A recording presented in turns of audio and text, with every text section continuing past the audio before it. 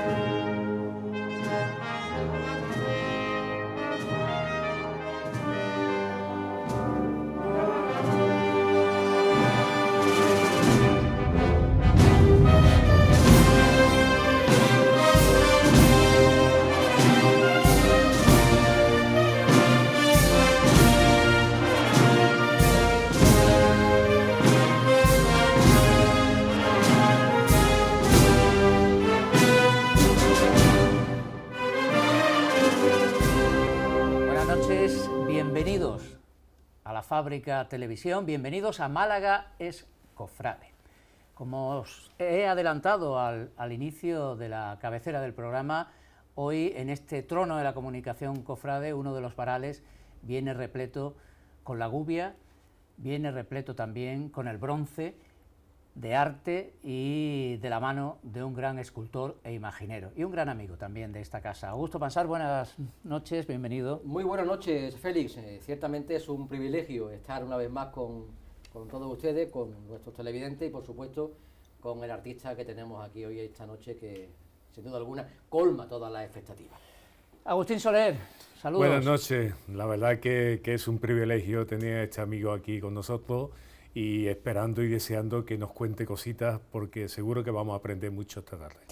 Hablamos de Juan Vega Ortega. Juan Vega, bienvenido. Buenas noches, muchas gracias por la invitación. Para nosotros es un honor tenerte aquí porque conocemos a muchísimos artistas, a imagineros, a escultores, pintores, pero yo quería comenzar, una persona con tu edad, una persona joven, y ha alcanzado un reconocimiento tal que no sé cómo te ha pillado esto. Bueno, la verdad que ahora la realidad es que me encontraba antes de todo lo que está pasando en un buen momento. Es verdad que estaba empezando de alguna manera a ver un poco los frutos de todo el trabajo desde que prácticamente era un niño, que es cuando empecé. Y bueno, pues qué deciros, que también estoy muy agradecido a todas tanto las entidades, cofradías, hermandades que han confiado en mí, también a vosotros y a todos los medios que siempre también me han apoyado mucho. Juan, evidentemente y por fortuna el panorama de reconocimiento para lo local, para lo nuestro, ha cambiado mucho en los últimos años. Por fortuna hay una apuesta ganadora por parte de las hermandades y cofradías. También es verdad que muchos artistas han tenido que hacer una travesía en el desierto hasta llegar a este punto. ¿Te sientes ahora reconocido, profeta en tu tierra? Sí que es verdad que yo no puedo quejarme, en la realidad. Desde que empecé a trabajar en Málaga, he podido ir, digamos, poniendo o colocando arbolitos, digamos, en muchas zonas de la provincia de Málaga, en muchos pueblos. En la capital, no sabría decirte, pero seguramente un 30 o un 40% de las hermandades he tenido contacto con ellas, han confiado en mí sus encargos. Y bueno, pues sí que es verdad que después de todos estos años, como bien dices, de un poco de un panorama desértico, digamos, pues actualmente la ciudad de Málaga se encuentra en un nivel magnífico, no solo en el ámbito de la escultura, sino también pues en muchas de las artes y artesanías que están relacionadas con el mundo de las cofradías. Juan Vega nace y se cría sus primeros años en los aledaños del barrio de La Lagunilla. Ya ves. A mí me ha recordado muchísimo también a mi infancia, que fue muy cercana, y después se va también a un sitio al cual le tengo muchísimo cariño, porque he estado allí 23 años viviendo, como es La Palma Palmilla, y sin embargo Juan descubre que tiene algo o que siente algo por la escultura, por la talla, no sé. ¿Cómo surge esto en ti, viniendo de estos barrios que también están plagados de artistas, evidentemente? Pues sí, yo la verdad que, bueno, la realidad es que nací en Lagunilla, pero con un par de años o 3 nos fuimos a mi familia, pues la mayoría pues hemos vivido toda la vida en la Palmilla, ¿no? Incluso prácticamente tanto yo como todos, mi hermano, mis primos, hemos estado en el colegio Las Misioneras, que no sé si lo conocéis, pero es un sitio sí, que actualmente hace una labor, no actualmente, sino desde siempre, una labor muy importante en el barrio, porque bueno, ya de por sí pues un barrio un poco complicado, ¿no? Y bueno, pues yo siempre he tenido una vocación enorme por todo lo que fuera, por todo lo que eran las artes plásticas. Desde muy pequeñito, con 8 o 9 años, pues ya me recuerdo dibujando, modelando en plastilina, pues haciendo tronos en miniatura. Y bueno, y de alguna forma mi pasión por el arte desde pequeñito, unido a mi pasión por la Semana Santa, pues de alguna manera ha hecho que yo actualmente sea escultor imaginero. Es decir, también el hecho de estar en Málaga, pues ha hecho que, digamos, estas dos pasiones se hayan unido y fíjate, ¿no? Pues actualmente pues la escultura es mi oficio y mi vocación absoluta. Claro, pero que a lo mejor si le preguntamos hoy día a un chaval, una chavala de 7, 8 años, ¿tú qué quieres ser de mayor? Pues seguramente te dirá todas las profesiones del mundo, menos imaginero. ¿Cómo descubre, con el Juan, que si te dan un trozo de barro eres capaz de hacer ahí un prodigio? Pues bueno, al principio de una manera muy autodidacta, ya os digo que yo realmente pues estaba constantemente indagando, pues ya desde muy pequeñito pues me hacía mis visitas a las iglesias de Málaga, a visitar los titulares de las cofradías, pues también intentaba participar en concursos de pintura, en concursos de dibujo, la agrupación por aquellos años, cuando yo tenía 8 o 9 años, pues también hacía concursos. Y bueno, pues yo estaba ahí metido en todo eso, en el ajo, digamos, y bueno, pues es la forma, ha sido una forma totalmente vocacional, es decir, y mucha gente me pregunta si ha habido algún antecedente en mi familia, y la realidad es que no, es decir, es que no sé de qué manera, pues bueno, pues en cierto modo yo he sido un poco llamado por el arte, pues desde siempre. Pero llega la escultura por la pintura o es algo independiente. No, yo la escultura la tengo muy metida en la cabeza desde siempre. Es más, siempre pienso que me he llevado mejor con el volumen. Yo pues dibujo mucho a lápiz, hago muchos bocetos, incluso forma parte de la creación artística. Es decir, la obra nace en la cabeza, luego a su vez se traduce a las manos y la forma en la que tanto yo como artista como en la mayoría de los casos el cliente, digamos, con un lápiz es como yo realmente empiezo a mostrarle mi inquietud. Pero es verdad que luego donde realmente me siento realizado es con el barro entre las manos. Es decir, ahí es donde yo realmente soy capaz de darle forma al material y donde me expreso, pienso de una manera mucho más libre y mucho más directa. O sea, que la pintura es un medio que te sirve para llegar a ese fin del volumen. Además, digamos, que el dibujo, más que la pintura, el dibujo en sí, un arma que tienen prácticamente todos los artistas, es decir, y es el nacimiento cuando, por ejemplo, tú empiezas a trabajar en una obra artística, pues lo primero es una lluvia de ideas, es decir, sí, pues, claro. entonces, con un lápiz en la mano es como tú realmente te empiezas, digamos, a expresarlo todo fuera, ¿no? Y como ya os digo, pues también luego el modelado en barro es lo que me permite, digamos, desarrollarlo ya de una manera más física y más, digamos, en 3 dimensiones, en volumen.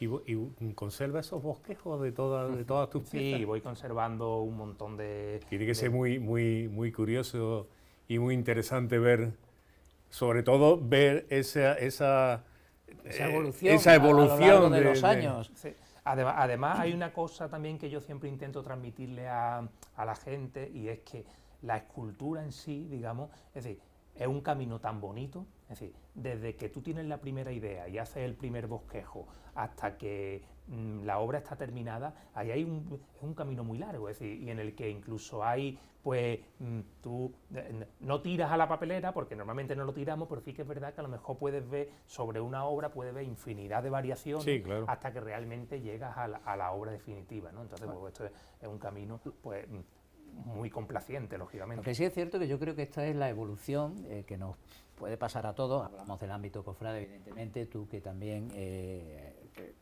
conoces de cerca el mundo del arte, sobre todo el mundo de la pintura, pues estoy convencido, o quizás nosotros que estamos negados para la pintura, totalmente, que yo sepa. Incluso para la escultura. E incluso para la escultura, que somos así, hay que decirlo. Pero sin embargo, por ejemplo, pues llevamos ya alguna que otra década escribiendo pregones. No vamos a poner los pregones evidentemente a la altura del arte pero que sí es cierto que cuando uno ve lo que hacías hace 15 o 20 años y ves lo que haces ahora, o escribes o dibujas, ahí sí se tiene que notar esa evolución como persona, y habrá mucho más de ti en cada una de las obras. Yo te he notado una evolución porque me acuerdo cuando yo te conocí fue en aquella exposición Ciudad Jardín, sí, que fue una exposición sobre Semana Santa que hizo el distrito de Ciudad Jardín. Sí. Allí es donde yo te conocí. Y desde entonces te vengo siguiendo, y la verdad que yo he notado una evolución a mejor, por supuesto, desde entonces. No sé cuántos años hará de eso, pero... Pues unos cuantos, además. Yo creo que, claro, hay que tener en cuenta que ahí prácticamente era el principio de mi carrera artística. Ahí realmente yo todavía era estudiante en la escuela de arte y empezaba un poco como a asomarme un poco, pues participaba en exposiciones de distrito, es decir, yo realmente al principio me di a conocer exponiendo piezas en escaparates de la ciudad, es decir, la única forma que teníamos, todavía incluso no teníamos las redes sociales muy metidas, digamos, de lleno como ahora, entonces la única forma de darme a conocer a la ciudad era, pues de esa manera, ¿no? Y por supuesto la evolución es constante. Yo soy capaz de ver una obra que hice hace un año o hace meses y ya estoy viéndole por dónde la atacaría ahora de otra forma. Es que esto es un inconformismo. Claro. Pero eso nos pasa, es lo que te decía anteriormente. A todos. Tú revisas algo que hayas pintado o quizá algo que hayas escrito y dices, hoy lo haría de otra forma. Totalmente. Algo cambiaría. No te pones en el momento en que lo hiciste, que evidentemente en ese momento lo harías otra vez igual, pero tú te vas con la óptica de 20 años después. A estudiar a San Telmo y compaginas tus estudios con hacer práctica en el taller de alguien al que queremos mucho en este equipo y que muchísimo. Estoy convencido que nos va a visitar en algún programa. Con toda seguridad. Y supongo que irías hasta la colonia Santa Inés. Sí, claro. Y desde aquí le mandamos un fuerte abrazo al maestro Ruiz Liebana. Y yo supongo que ahí ya eso son palabras mayores. Pues sí, porque... Para un chico joven que llega... Claro, yo tenía 15 años, claro, o recién cumplí los 16, empiezo en la escuela de arte con otro gran maestro también como es Suso de Marcos. Entonces, sí, claro, yo sí que es verdad que siempre he visto la formación del escultor y del imaginero, yo entendía que tenía que ser completa. Cuando hablo completa me refiero a que tenía que tener la formación más académica, digamos, más reglada, en la que te enseñan cómo es el dibujo del natural, cómo es el modelado en barro, cómo es la policromía, cómo es la talla, y luego necesitaba un taller ya, digamos, puro y duro en el que se desarrollara el oficio de una manera diaria, y ahí es donde yo necesitaba entrar para empaparme, ¿no? Entonces, claro, en el taller de Rafael, pues imaginaros lo que yo aprendí, pero es que yo en el taller de Rafael aprendí hasta que los viernes a última hora había que barrer y limpiarlo todo. Fijaos, es decir, cómo el hecho de empezar desde abajo, digamos, ¿no? Y el hecho de que, bueno, que para hacerte un artista tenías que no quiero decir que solo hiciera eso, lógicamente, hacía unas labores pues de lija, labores a lo mejor un poco más ingratas, digamos, pero eran labores muy necesarias y que son, actualmente yo las considero como primordiales para que la obra llegue a buen puerto. El dar cera, pulir cera de una película, que ha ¿no? nombrado a Rafael Ruiz Libana, yo estoy convencido, y lo voy a decir, que a pesar ya de la edad y de haber dado tanto y haber hecho tanto, sigue siendo en muchas facetas del arte un perfecto desconocido para Málaga. En muchas facetas, en muchas pasiones que tú bien conoces y aquí, y algún día ya espero que nos las cuente aquí. Casi ingeniero. Casi, bueno, claro, casi. Bueno, sí. Además, claro. yo tengo que decir una cosa, y es que de Rafael, una de las cosas que más se me metieron en la cabeza desde niño era la pasión que él tenía por su oficio, es decir, la capacidad de trabajo tan enorme. Él tenía una frase muy graciosa y es que decía, al oficio o al taller lo tienes que querer como a tu novia, ¿no? Era un poco como, en plan, si quieres, era como, él en cierto modo lo que quería decir era que si querías de alguna manera mantenerte, tenías que volcarte, ¿no? Entonces él tenía una vocación también enorme y bueno, pues yo he visto cosas en ese taller realmente alucinantes de un señor pues que manejaba la gubia como nadie, de tener un oficio tremendo, luego en el tema del dorado pues era un absoluto conocedor del oficio, en fin, una serie a mí que me emociona cada vez que escucho a alguien honrar el magisterio de otra persona, ese agradecimiento que se desprende de tus palabras, evidentemente te hace enormemente grande, ese respeto que estás profesando y que evidencia a todo aquel que te ha aportado y que ha sido un bastión importante en tu camino. Pero yo creo que el artista encuentra su madurez cuando se hace reconocible, cuando alguien se encara con una obra de un maestro y aprecia en él la mano de ese artista. Diría Juan Vega que ya ha alcanzado a tener un estilo propio. Generalmente habla de una evolución del barroco en tu misma persona, un barroco que tú has definido como del siglo XXI.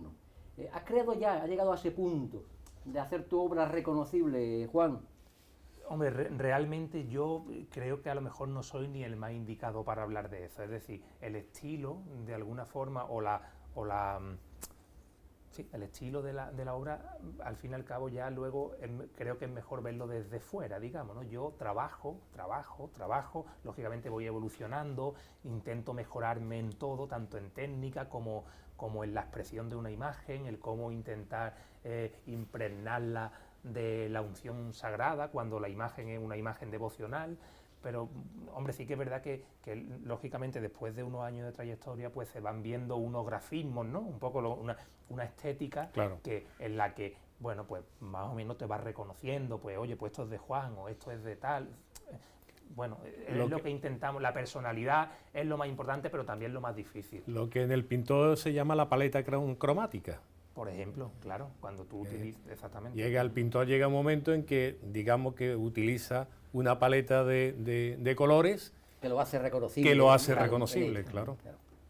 Ahora después, en la segunda parte de esta entrevista, de esta visita de Juan Vega, hablaremos también, porque yo decía al principio que nos visitaba tanto la gubia como el bronce fundido, porque esa es otra... con el bronce ha sido más tardío, ¿no? Tu ligazón con el bronce ha sido más tardío. Sí, bueno, quizás yo también siempre tuve muy en cuenta desde chiquitito, y es que yo quería ser escultor, es decir, pero escultor a niveles de por ejemplo, uno de los referentes que yo siempre he tenido ha sido Mariano Benlliure. Que bueno, claro. Entonces, ¿qué pasa? Que yo lo que hago es que yo quiero parecerme a Mariano Benlliure. Bueno, no a Mariano, a muchos más, ¿no? Entonces quiero intentar tocar muchos materiales, quiero intentar tocar muchas temáticas. Entonces, bueno, pues no he querido solo que se me reconociera como imaginero, es decir, como escultor sacro, sino que también pues como escultor que es capaz de hacer un retrato, un busto conmemorativo, un monumento. Entonces, bueno, quizá a lo mejor para ese tipo de trabajo hay que estar un poco más preparado y a lo mejor ha llegado un poco más tarde por esa cuestión, pero bueno, sí que es verdad que he intentado abarcar dentro de mi corte figurativo, porque lo que yo hago es una escultura figurativa, naturalista, realista, pero bueno, poder tener un amplio abanico de posibilidades. Abanico que, como tú dices, se ha movido en un espectro amplísimo. Desde el carnaval, tienes obras, premios, distinciones del carnaval, hasta Reading mismo, ¿no? Se cuentan en tus obras, es decir, no te has encasillado en un género concreto o en una temática concreta. No, es que ya te digo que me parecía interesante poder abarcar una cantidad de obras importantes y de temáticas diferentes y bueno, pues es verdad que el 80% de mi trabajo es imaginería, pero porque, bueno, por lo que comentaba al principio, el hecho de estar tan arraigado a la ciudad, Andalucía, pues una tierra de imagineros, entonces, bueno, hace que prácticamente la mayoría de la demanda que tengo y los encargos vengan por ahí, pero luego siempre hay que buscar ese huequecito para seguir produciendo arte civil o escultura civil. Claro. Pues vamos a seguir ahora hablando con Juan Vega en unos momentitos. Llega también, por cierto, Augusto Pansar. Dígame, Esto usted sabe que lo van a entender mucho de nuestros telespectadores en la Fábrica TV, tanto en la aplicación como en la web app.lafabricatv.es. Tras 3 semanas que hemos tenido la iluminación del decorado en color morado, hoy será consciente que toca verde. Hoy toca verde. No digo más, a buen entendedor. Alcanzamos el cenit, Ahí está. señor Gutiérrez. Muy bien, pues lo dicho, seguimos aquí en Málaga es Cofrade, en compañía de todos vosotros, que sois también los que ocupáis el resto de varales de este trono de la comunicación, y en un momentito llega José María Vera con la agenda de noticias.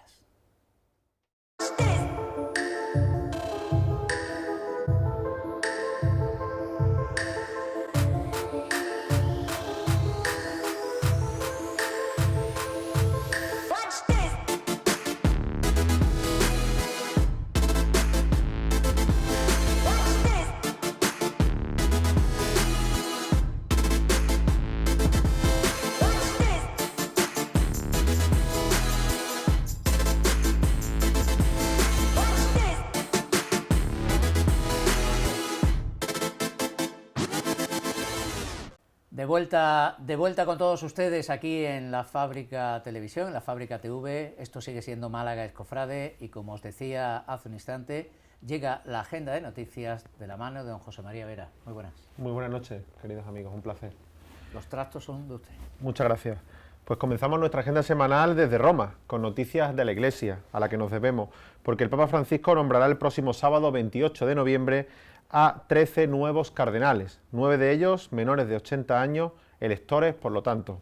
También se dio a conocer que la próxima Jornada Mundial de la Juventud tendrá lugar en Lisboa en 2023. Y de Roma saltamos a Málaga, porque la diócesis tendrá un nuevo diácono y un nuevo sacerdote desde el próximo 12 de diciembre. La ordenación será a las 11 de la mañana en la Catedral de manos del señor obispo.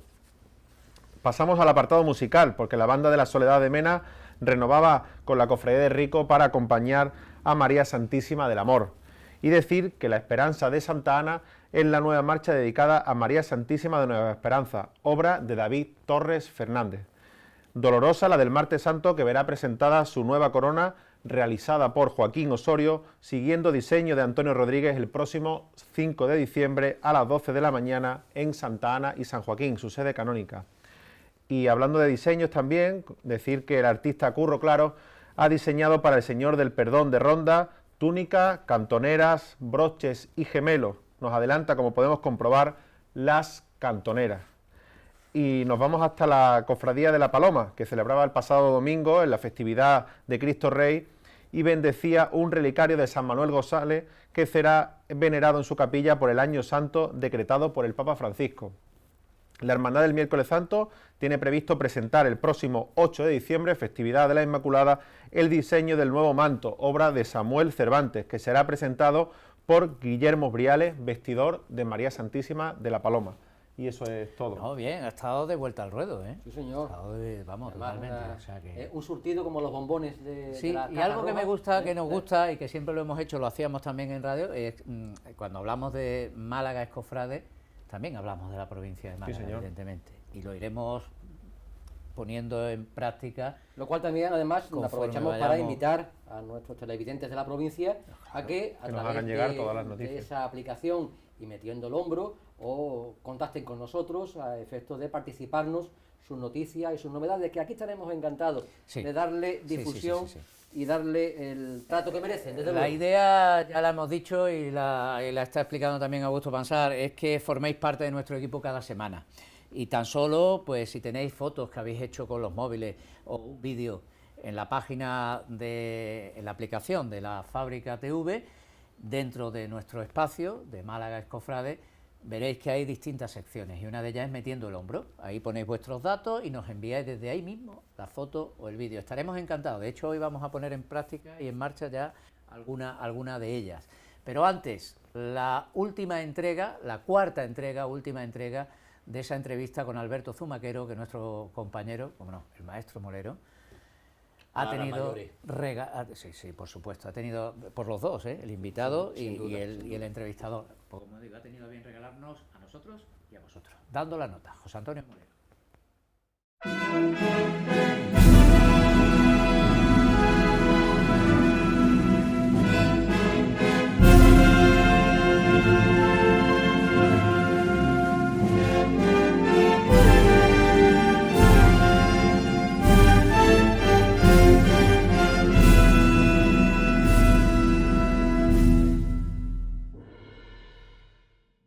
Continuamos con Alberto Zumaquero.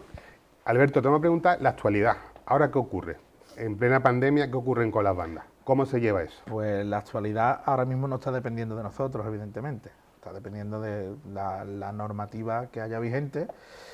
Y bueno, realmente ha sido un azote muy grande para todas las bandas, porque ten en cuenta que nuestro sustento económico viene de las salidas en Semana Santa principalmente.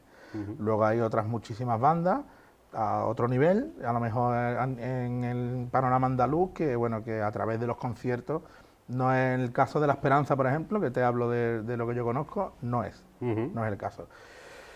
¿Qué ocurre? Que bueno, que ha venido en un momento delicado, porque nos han echado el freno a todas las bandas a 3 semanas de la Semana Santa, es decir, el trabajo lo teníamos hecho. Claro. Pero al la completo, cantidad de ensayos, de marchas montadas, de todo. Cantidad de ensayos, pero ya no es solo el trabajo musical. Uniformes, sí, instrumentos, lo que conlleva una puesta a punto para salir a la calle cada Semana Santa. El desgaste que conlleva claro. una banda, nada más que en instrumentación, con 100 músicos, pues a lo mejor al año se nos va un dinero. El hecho del profesorado, en La Esperanza somos 9 profesores, los que estamos con la banda de La Esperanza, que eso entra dentro también de la evolución de la banda que hablábamos el otro día, que ha llegado en un momento delicado, porque ha llegado con todo el trabajo hecho y con todos los gastos sobre todo hechos, todos los gastos hechos. Nos hemos sensibilizado con las hermandades y las hermandades se han sensibilizado con las bandas. Pagando a lo mejor parte de los honorarios. Como norma general, más o menos se ha llegado. Lo que sí te digo que no ha sido suficiente, es decir, que aquí todos hemos tenido que palmar algo, ¿no? Que es lo que, como coloquialmente decimos, ¿no? Aquí las hermandades han tenido que tener un desembolso con nuestra banda, en este caso con La Esperanza. No ha sido para cubrir los gastos que hemos tenido. Y perdona, en este caso, La Esperanza estamos hablando de 2 bandas. Claro. Que es que son 2 bandas. Sí. Es que muchas veces la gente piensa que una banda de música o para una cofradía normalmente es deficitaria. Suele ser, porque es deficitaria. Seguro. La gente se cree, bueno, es que tiene los contratos y se mantiene. No. Lo que tú has comentado antes, profesores, instrumentos, lo que es los trajes de todos los componentes, son mucho dinero. Claro. Y eso, aunque tú recaudes, ¿verdad? Es cierto que normalmente llega a ser deficitaria, pero mucha gente, ya te digo, se piensa que se sustenta sola y es muy complicado. No. Y bueno, luego, aparte, el nivel, incluso solamente hablando del profesorado, no lo cubres tú con unas salidas en la Semana Santa. Tú me has dicho que tienes 9 La Esperanza, nada más en la banda de cornetas y tambores. Tenemos 6 y otros 3 que vamos rotando. Multiplica, pues, lógicamente. Claro, si queremos una banda de nivel, oye, pues es que cuesta dinero, como es lógico. Y bueno, y entendemos, ¿no? Entendemos la casuística, entendemos el tiempo que nos está tocando vivir, pero es que tenemos aquí a 4 meses que enfrentarnos a otra realidad, y es que ¿qué va a pasar con la Semana Santa de 2021? Claro.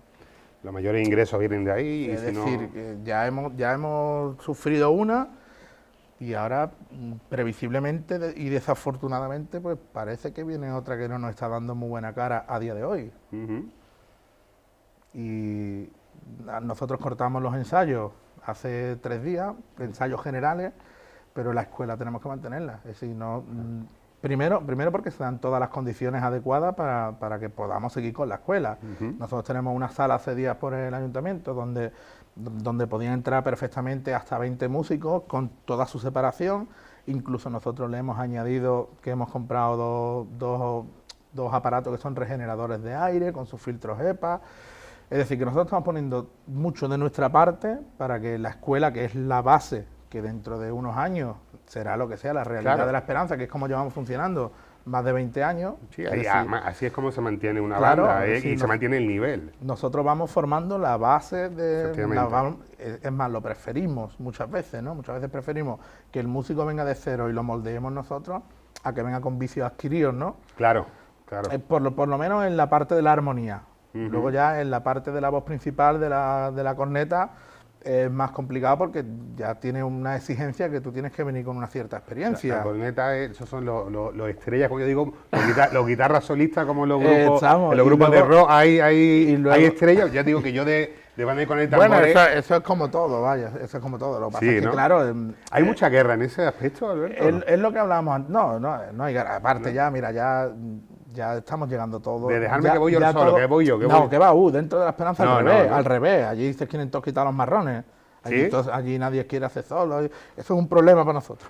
Eso es un problema para nosotros. Cada vez que viene una marcha y vienen con solos complicados, a ver a quién le damos este solo, porque este está echando el culo atrás, el otro no quiere. Ya no hay valiente, Alberto, ya no hay valiente. No, que ya tenemos una edad. Claro. Que ya tenemos una edad. Esa inquietud, ese enmonamiento de estar todo el día con la corneta, con el instrumento en nuestra casa, eso ya ha pasado a mejor vida hace muchos años. Ya no es que estén profesionalizados, porque no somos profesionales ninguno, pero sí es cierto que nos lo tomamos con la madurez que nos da la experiencia. Es decir, ya la mayoría de los principales, que estábamos juntos hace 22 años, pues ya el que no tiene 40 va camino de los 40. Claro. Es decir, que eso también no es que sea un problema, pero que también es un hándicap. Es decir, los problemas que teníamos cuando fundamos la banda era que yo me quiero comprar una moto y mi padre no me la quiere comprar, pero es que ahora mi problema es que mi niña, ahora que estamos hablando de esto, que si una de su clase da positivo y nos quedamos 4 días en la casa y le tienen que hacer la prueba y tiene 4 años, es decir, son otras muchas historias. Los problemas cotidianos, como es lógico, que corresponden. Que eso condiciona un poco la evolución de la banda, pero también la madurez que tienen los músicos le da también cierta prestancia, cierta calidad y cierta seguridad. Es decir, yo, por ejemplo, por mi trabajo, yo me dedico también a dirigir bandas. Yo dirijo la banda de la agrupación musical de Marbella y la corneta de Armonía, de Los Morados. Yo, por mi trabajo, puedo ir solamente un día, pero yo, aparte que tengo 30 años de experiencia, yo me preparo el trabajo previamente. Es decir, que todos tenemos ya una edad y sabemos dónde hay que apretar y cómo hay que apretar. Claro. Y con respecto a lo del COVID, pues estamos manteniendo la escuela, que es realmente lo que nos garantiza el futuro, a medio plazo o a largo plazo. Y bueno, y por circunstancias, pues hemos tenido que cortar los ensayos de la banda grande. Teníamos previsto para mitad de noviembre un concierto en la Plaza de Toros, donde todas las bandas íbamos a participar, pero se nos ha caído, evidentemente, porque por necesidad no lo podemos hacer, porque no se dan las condiciones mínimas adecuadas para que podamos enfrentar ese concierto. Y lo que esté por venir, pues nosotros... Claro, proyectos, digamos, claro, a corto plazo, lógicamente, por el tema de la pandemia, ni a largo plazo, tampoco podemos hablar de proyectos, porque ahora mismo está todo en el aire, entiendo, ¿verdad? Estamos, claro, y luego, aparte también, venimos de un azote muy grande, que es una Semana Santa que hemos perdido. Y toda esta incertidumbre no es que nos quite ilusión de afrontar lo que venga, sino que nos da tanta incertidumbre que tú en un momento dado te puedes sentar, hacer unos arreglos, y tener todo preparado. Pero, ¿para qué? Claro, ¿para qué? No sabes cuándo va a volver. Si tú vislumbras que a corto plazo pues, la cosa mejora, seguro que también mejora la armonía de la gente y está más por la labor de ir. También es muy complicado, ¿eh?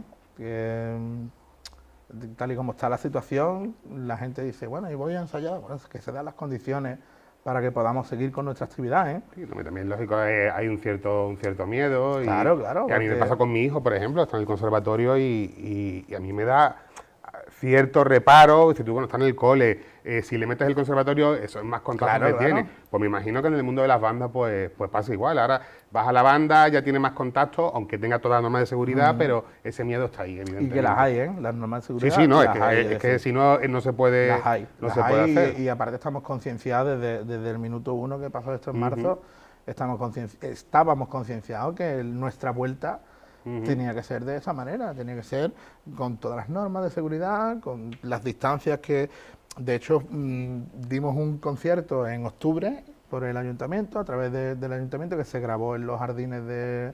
Sí, es verdad que ha habido varios conciertos, ¿no? De distintas bandas, ¿no? Y allí nos dejaron unas planas preciosas, por cierto, una esplanada enorme rodeada de una arboleda, y allí tú veías las bandas y dices tú, es que aquí no puede haber contagio, es que estábamos todos muy separados, había mucha distancia, había...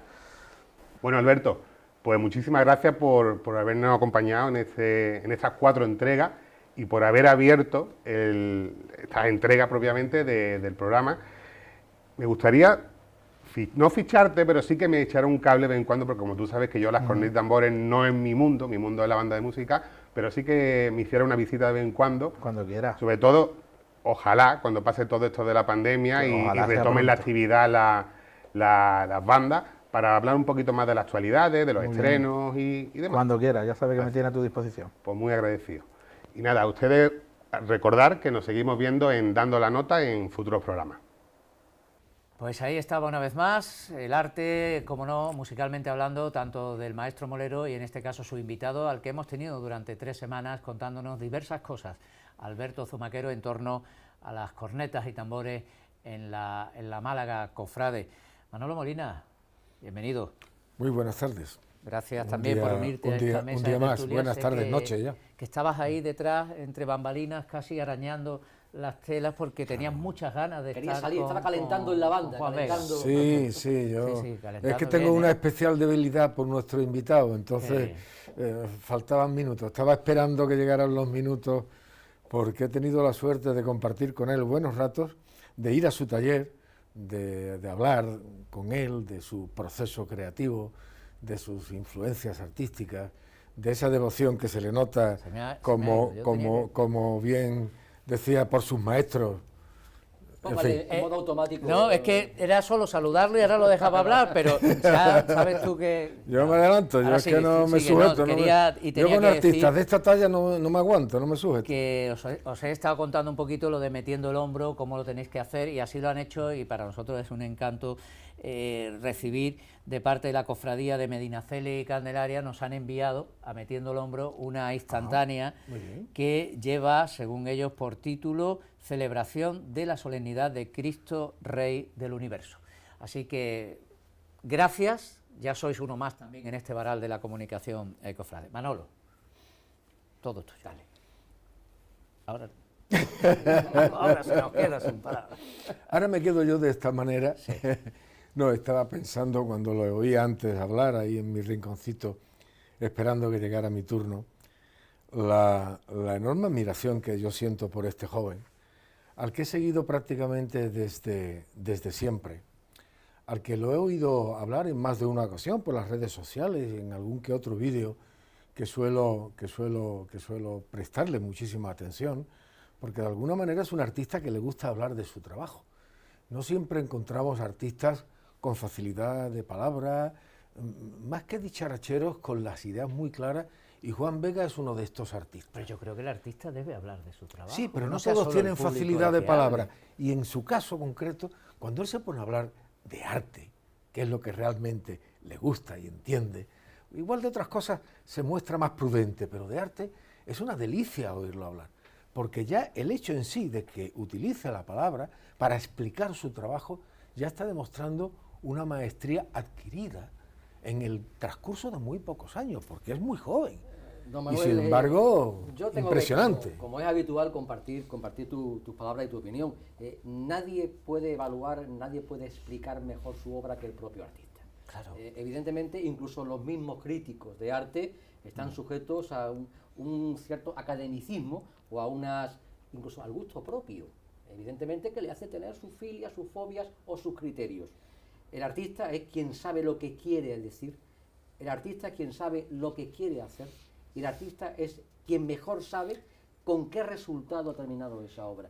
Y evidentemente la satisfacción por ella, nadie la va a sustituir al propio artista. Está claro. Yo, de lo que le he oído hablar, y yo sé, porque lo he hablado en más de una ocasión con él, en su propio taller y trabajando con su bata puesta, lleno de manchurrones, que me gusta un artista manchado, ¿eh? Porque es que cómo se tiene que trabajar. Bueno, pues, Incluso él me decía, en el proceso complejísimo creativo, que todo empieza por un diseño, un boceto, un papel arañado con un lápiz, yo sé que él, su momento mágico es la terracota, es tocar barro. Sí, sí. Ahí es donde él se transforma, lo ha dicho de alguna manera anteriormente, que ese es su primer gran paso.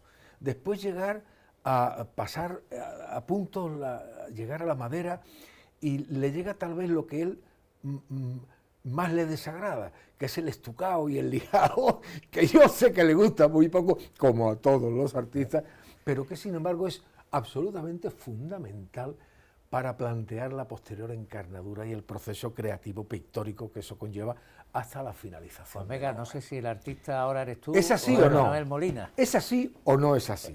Totalmente. Estamos destripándolo por Además, dentro. Manolo acaba... En bricolaje, en clase de bricolaje, pero espectacular. Manolo acaba de definir de una manera muy escueta, pero es decir, perfectamente El cuáles proceso. son todos los pasos de trabajo de una escultura tallada en madera, realmente.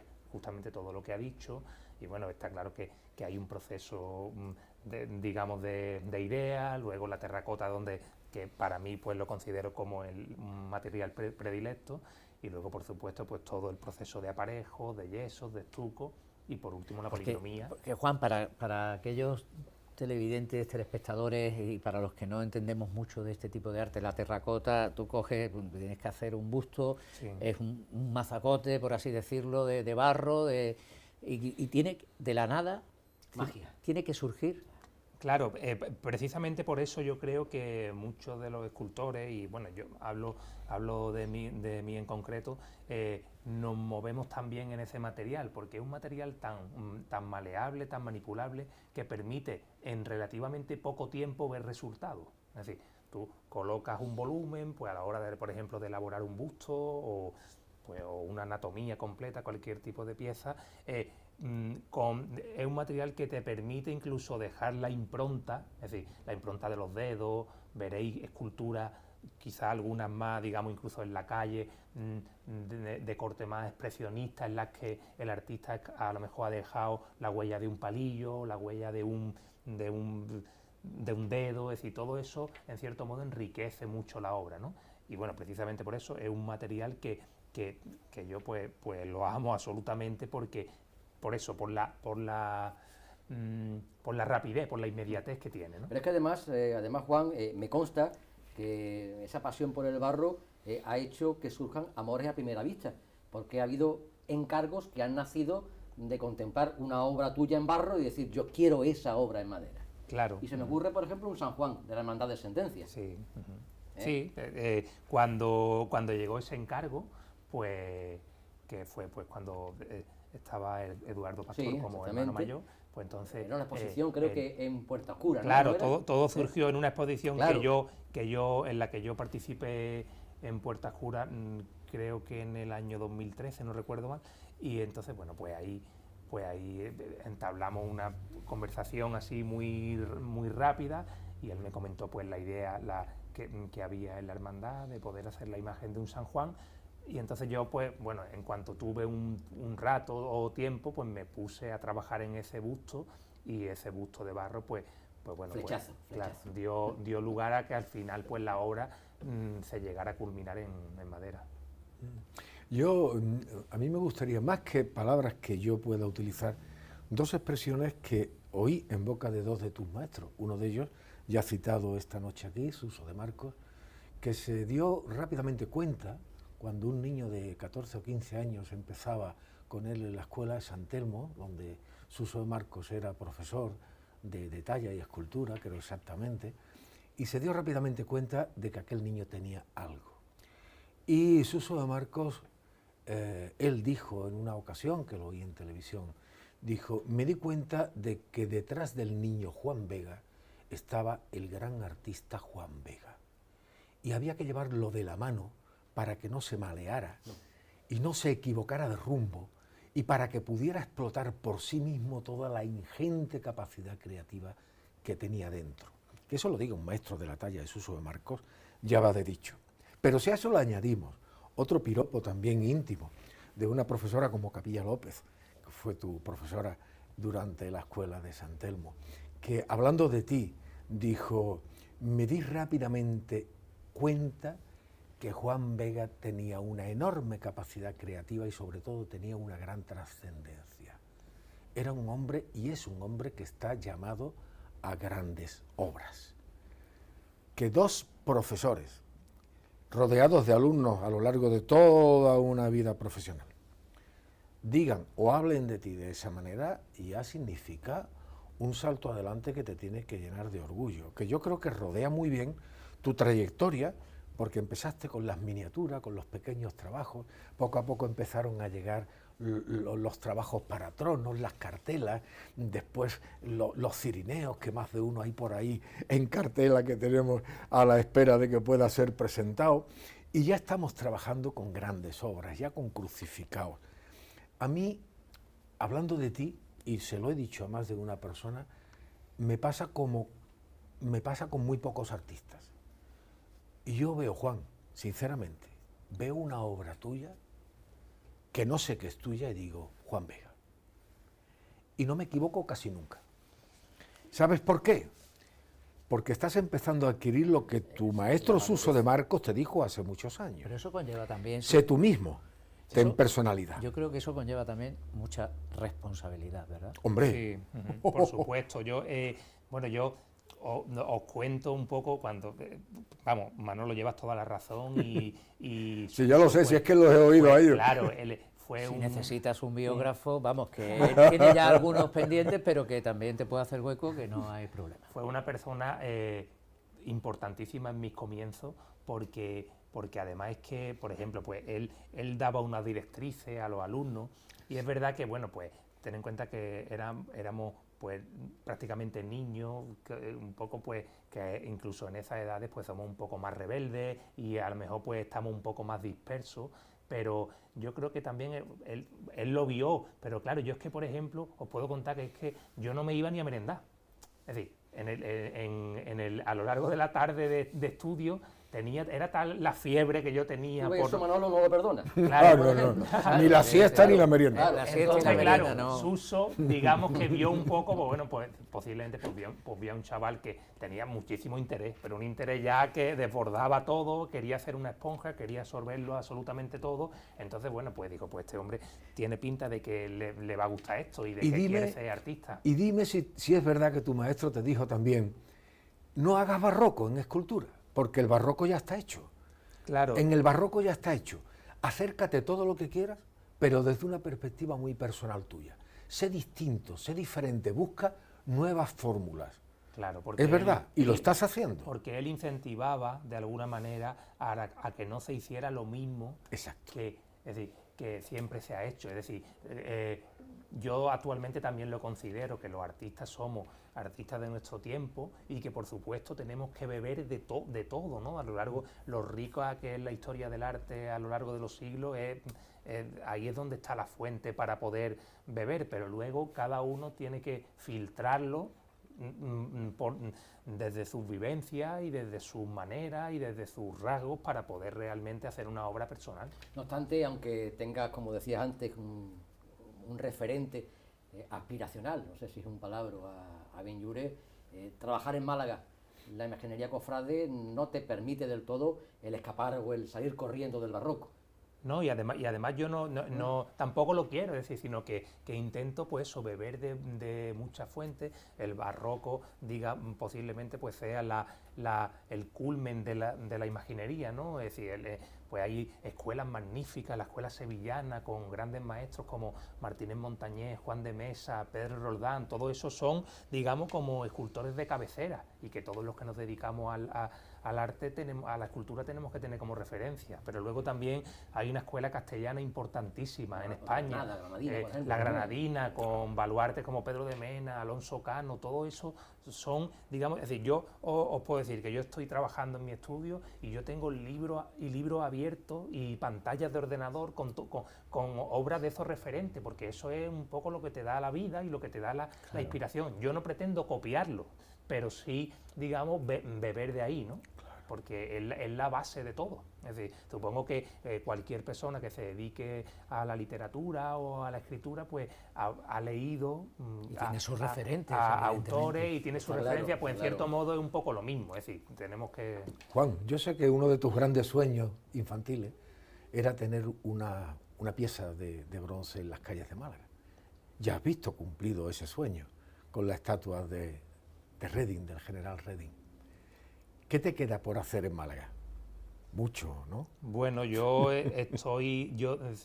creo que actualmente pues vengo de unos años de ir sembrando de alguna manera, ¿no? Ir colocando, he tenido la suerte de colocar obras importantes como la escultura homenaje a Teodoro Reding. Para mí eso pues ha sido un sueño magnífico, y que gracias a Dios pues ahí está. Pero bueno, yo pues pero bueno, o el Padre Gámez, pero que... hace poco inauguramos la escultura del Padre Gámez. Que esto es una cadena, uno detrás de otro, claro. Un busto conmemorativo a un personaje importantísimo en la Semana Santa de Málaga, que pues también me ha llenado enormemente poder realizarlo. Y bueno, pues la realidad es que yo estoy abierto y además, a en ese diálogo, según me he podido informar, tú me corriges, incluso realizaste un busto para la baronesa Thyssen. Sí, creo que te han encargado algo más allá.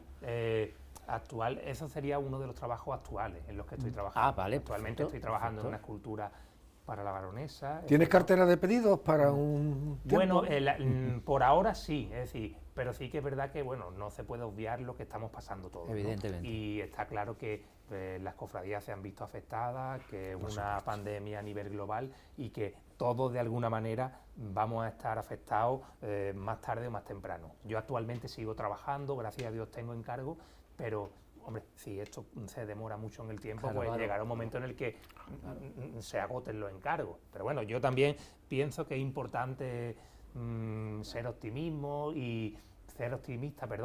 y bueno, y también pienso incluso que los artistas, digamos, en época un poco como de...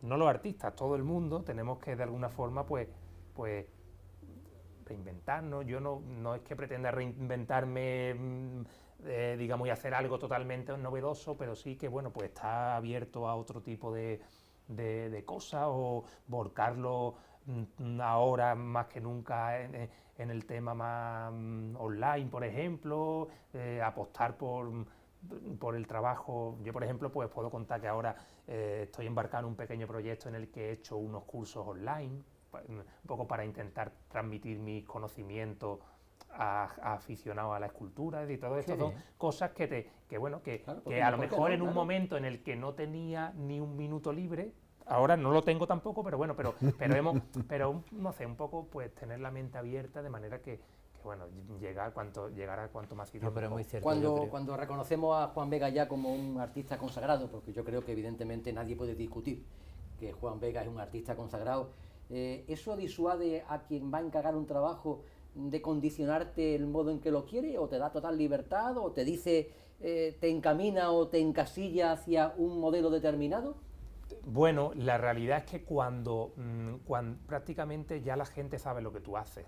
Es decir, cuando a lo mejor al principio puede estar un poco más condicionado, ¿no? O si el encargo en cuestión se trata de una réplica o de una copia o alguna reproducción de una imagen, pues ahí sabes que tienes que lo que estás haciendo es un ejercicio académico en el que tienes que replicar una imagen, ¿no? Entonces, que también lo hago porque es mi trabajo.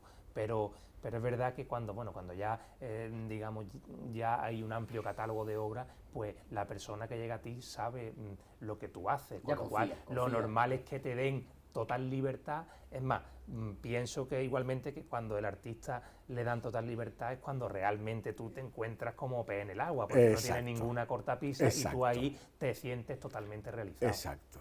Exacto, para mí pero eso se la puede libertad hacer es básica. cuando se hace una apuesta ganadora, solamente. Claro. Y eso quiere decir, y eso confirma que evidentemente quien acude a Juan Vega es porque ya sabe que es apuesta ganadora. No necesita ningún tipo de ensayos ni de modelos previos. Y no solamente es un artista de calidad, sino también de formalidad.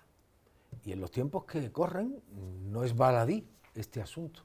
Cuando llega la hora de preparar todo un calendario de entrega de encargos y se cumplen a rajatabla, ¡qué alegría! Es como si te importara menos el precio, ¿verdad? Porque al final tienes la garantía absoluta de que el encargo que tú has realizado va a llegar en tiempo y forma. Y eso con Juan Vega también es una garantía. Yo supongo que unido a la responsabilidad tiene que ir también una buena organización. Sí, es que uno además, no puede acometer más de lo que puede. Y seriedad. Y 12 horas de trabajo que doy fe, además desde las 7 de la mañana. Es primordial porque ten en cuenta que las obras pasan por una serie de procesos muy, algunos un poco pesados, otros más livianos, pero es verdad que yo desde que soy profesional, decía al principio, pues todo surgió de una manera desde niño, tal, pero es verdad que cuando llega un momento en el que tienes que, en cierto modo es mi modo de vida también. Claro, es que tú llega un momento en que te plantearás, voy a vivir de esto. Claro, y yo tengo un taller abierto en la ciudad, es decir, que una cosa en la que tengo que... Y en Cobertizo del Conde, que tiene magia y tiene historia. Esa claro, calle. bueno, en Cobertizo es donde yo empecé. Empezaste con el pequeño estudio de 30 metros cuadrados y después te pasaste al nuevo. Quiero contar una cosa aquí que no sé si la he hablado con Manolo, pero que como está aquí delante pues lo voy a contar. Y es que, a lo mejor te lo he dicho, pero bueno, el tema es que cuando yo empecé al principio, cuando en la época de la escuela de arte y tal, que Manolo trabajaba como bibliotecario en el archivo municipal. Archivo de la Biblioteca de la Diputación de Málaga. Eso. La Cánova del Castillo. Perdón. Pues yo me iba los sábados por la mañana, porque no tenía dinero, yo era un niño que no tenía ahí todavía paguilla ni nada, entonces yo me iba a ver un libro. Yo me acuerdo de ti. Un libro muy, muy famoso de un escultor que es de Buiza, que lo conocemos todos, lógicamente. Entonces había varios monográficos de escultores, de Buiza, de Ortega Bru. Yo ahí todavía no podía permitirme comprarme el libro. Y yo me acuerdo de las fotocopias que te hacía. Y entonces yo llegaba eso allí... no se cuenta, Manolo, que eso no se cuenta. No se podía hacer fotocopias, pero yo sí se las hacía. Hace años no pasa nada. Se las hacía. Llegaba y pues pedía mi libro y me pegaba toda la mañana del sábado pues viendo el libro y bueno, fíjate, ¿no? Ahora pues nos vemos aquí en un programa, en fin, lo que es la vida. Para que tú veas lo que es el tiempo, lo que es la vida y cómo transcurre. Y yo, realmente, ser espectador, ser protagonista de una historia como la tuya, un chico local, un chico de familia humilde, que ha triunfado en el mundo del arte, un mundo dificilísimo, pero además ha triunfado de manera nítida, clara, transparente, ofreciendo una calidad, una seriedad, ser un artista de tomo y lomo como tú eres, y no me duele en prenda decirlo, porque como tú también hay muchos en esta ciudad, y aquí nosotros en esta televisión y este grupo de amigos apoyamos a nuestra gente y apoyamos lo nuestro, y tú eres uno de ellos, ¿eh? Y ser partícipe a lo largo de tantísimos años, a lo largo de la vida, de cómo te he visto creciendo, primero como niño, como estudiante, como estudioso, como con una ansia por aprender enorme. Yo lo recuerdo, me acuerdo perfectamente, porque como tú he tenido varios usuarios en la biblioteca que eran ratones de biblioteca y que hoy en día, para que todo el mundo que nos está escuchando se dé cuenta de la enorme trascendencia que tiene el estudio, la formación, el investigar, el ir a las bibliotecas, tocar papel. Hoy en día con internet está muy bien porque es muy fácil y tiene mucho acceso, pero no lo es todo, no lo es todo. Y yo ver artistas como tú, que han crecido desde esa semillita de la nada a lo que eres hoy en día, tus triunfos como si fueran míos.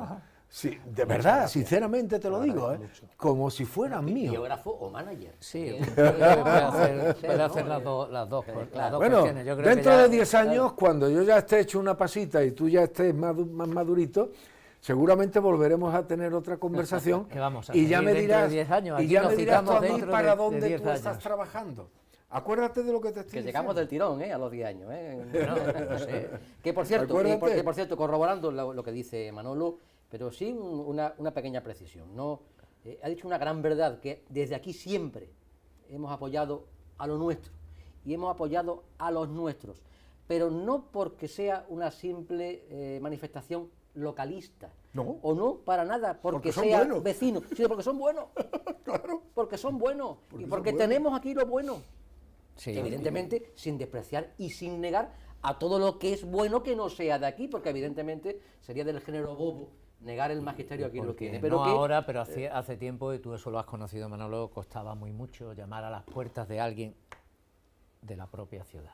Preferíamos ¿no? hacer las maletas y marcharnos Y el fuera. que esté libre de pecado que tire la primera piedra, porque muchos cofrades hemos ido a otras ciudades en busca Claro, de una seguridad. evidentemente, pero es por lo que gracias a también Dios, dice Augusto, hoy aquí. tenemos lo bueno también. Hoy está tenemos aquí. aquí. pero Hoy tenemos, tenemos tenemos aquí. lo bueno y además, En todos los además se campos, nos además. combina con la segunda posibilidad, que tenemos lo bueno y además reconocemos a lo bueno. Porque puede también darse que tengamos lo bueno y sigamos con la tendencia innata de buscar fuera lo que tenemos en casa. Sería más pecaminoso. Aquí tenemos lo bueno y además reconocemos y apreciamos lo bueno que tenemos. No siempre ha sido así. Otras veces este equipo pues, ha entrevistado, lo que decíamos al principio, a auténticos maestros que han hecho travesías en el desierto, siendo personas de una calidad tremenda, que han tenido que derribar muchas puertas para hacerse un sitio y para ganarse un mínimo reconocimiento en la ciudad en la que un trabajan. día vamos a invitar también a este programa, ahora que acaba de decir que tenemos auténticos maestros, a un gran pintor de la acuarela, que además coincidió el año que yo fui pregonero, 2014, José González Bueno, José González, sí señor. que yo creo que está reconocido mundialmente, Oh, que hace Inglaterra auténticas es una locura. barbaridades Y aquí- con y su aquí, mano, sin embargo, pues y sí. en la acuarela, que es un arte dentro del arte, Dificilísimo. creo que es muy, muy difícil, y sin embargo, En Inglaterra está considerado Sí, señor. como Sí, un señor. dios. entonces Sí, también sí, tenemos cierto. que, como habéis comentado, lo bueno lo tenemos aquí, hay que estar también ahí, ¿eh? Por supuesto. Hay que estar ahí. Juan Vega, y resulta que tú vienes de una familia en la que no hay ningún artista. Y ¿te gustaría que tu hijo siguiera tus pasos? Él muestra, pequeñito, Bueno, pero es que es muy pequeño todavía, no tiene ni 2 años, entonces todavía no llega todavía a no. alcanzar. Bueno, cuidado que Claro. con 4 Mozart Pero si hacía lo ves ópera, que va al ¿eh? taller y Sí, te hombre, coge el alguna barro. vez sí que ha venido al taller y es verdad que el chiquillo pues se queda un poco embobado porque es un espacio que llama mucho la atención porque no es lo habitual. Pero bueno, yo supongo que él será lo que quiera. ser, claro. ¿no? Eso será. ¿Y en qué estamos ahora mismo? Has hablado que uno de tus proyectos, de tus trabajos actuales en el taller es una escultura, una imagen de la baronesa, pero imagino que estarás ahora mismo en otras cosas, Sí, ¿no? venimos también gracias a Dios, pues vengo de haber presentado en estos últimos meses varios encargos que yo considero importantes, como es el crucificado para Parcemasa. Maravilloso. Sí.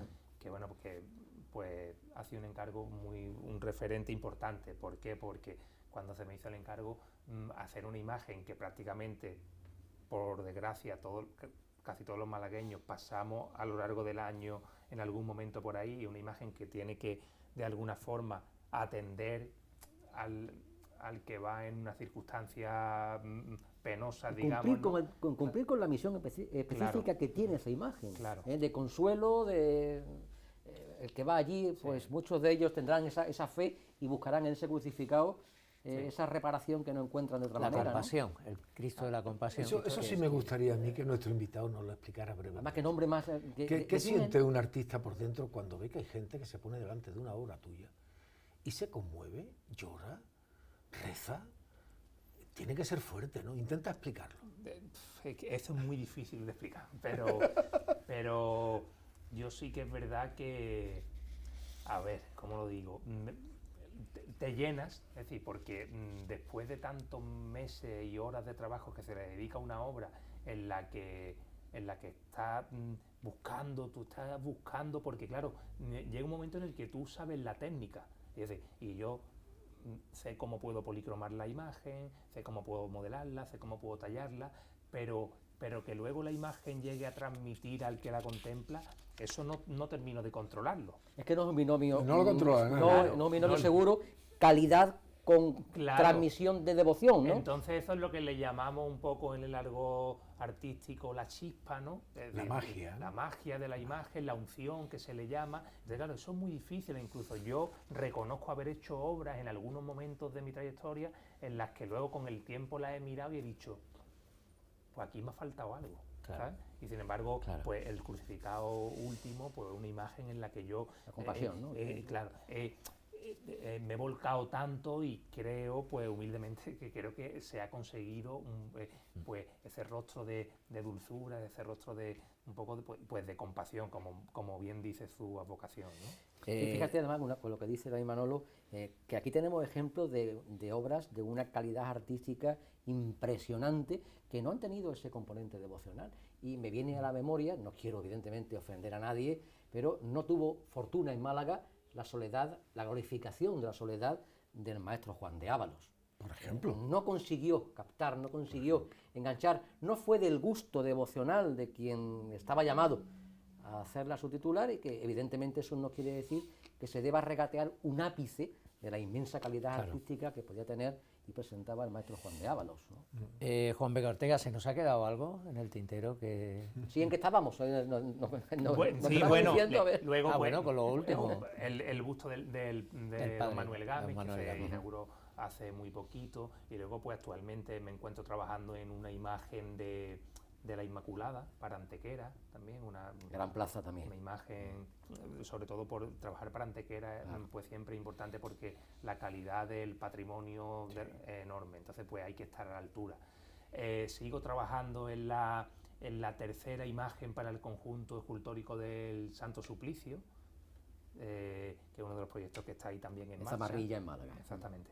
Y bueno, también pues abarco encargos particulares también. Ahora normalmente siempre en estas fechas pues trabajo también un poco el tema del Belén, del nacimiento, en fin, un poco por ahí andamos.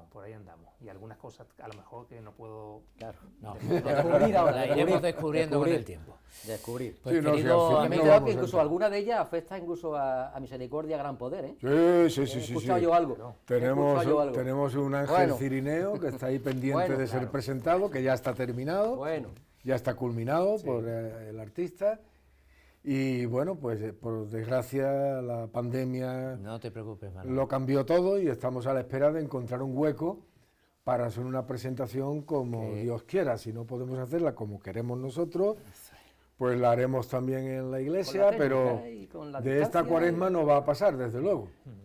Ya veremos cómo. Te acabo de ver hablando, y como aquí estamos, porque nuestros televidentes son amigos, y digo, como estaba como dándole ya a la madera con la mano, es un artista, Dársela Es que lo he Era visto, un artista. lo he visto es asombroso. Me gustaría algún día meter una cámara por un rinconcito. Si él nos da... estaría- no, un rinconcito Porque no, es- nosotros tenemos que entrar con su es- permiso el es día que él asombroso. quiera y podamos... Es vamos a ver asombroso aquí, verlo vamos, trabajar, asombroso. Vamos, de eso te vas a encargar. bueno, hemos visto además últimamente un vídeo de Pepe de Campillo en el taller de Juan, ¿no? Sí, bueno, esa ha sido una visita fortuita bonita. porque realmente el Pepe de Campillos venía por el barrio para una sesión de fotos de un proyecto relacionado con el flamenco, y entonces pues el fotógrafo en cuestión, que es Lorenzo Carnero, Lorenzo. Sí, Lorenzo.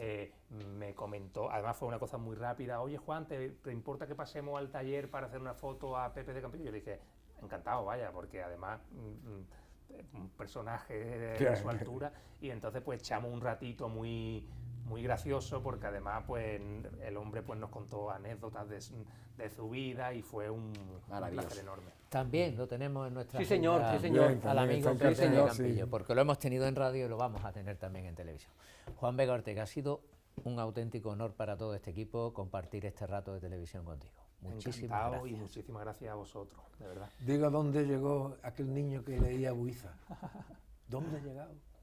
Y lo que le queda. Que me alegro, Juan. Manolo Molina. Muchísimas gracias por darme la Un placer oportunidad de hoy, estar aquí, ¿eh? delante de mi niño. Qué bien, qué bien, qué bien. Bueno, pues, Augusto. ¿Cómo para mejorar pasar, la despedida del maestro Molina? No tiene ningún tipo de posibilidad esto. Como siempre, un tremendo placer aprender de tanta sabiduría y tener al lado al que ella es un referente en Málaga, Juan Vega, no es sino motivo de orgullo. Yo me voy muy contento. Nosotros no tenemos secretos, no tenemos secretos. Vamos a adelantar una cosa, la semana que viene, Dios mediante, vamos a inaugurar nuestra sección Sí, de señor. Objetivo Cofrade de la mano de otro gran artista, en este caso de la cámara en Ristre, que son muchos años, como es Julio Salcedo, ¿verdad? Sí, señor, vamos a inaugurar esa sección y Julio Salcedo enseguida se prestó a la llamada de este programa, de esta casa, y Dios mediante, lo tendremos el próximo martes con todos nuestros espectadores.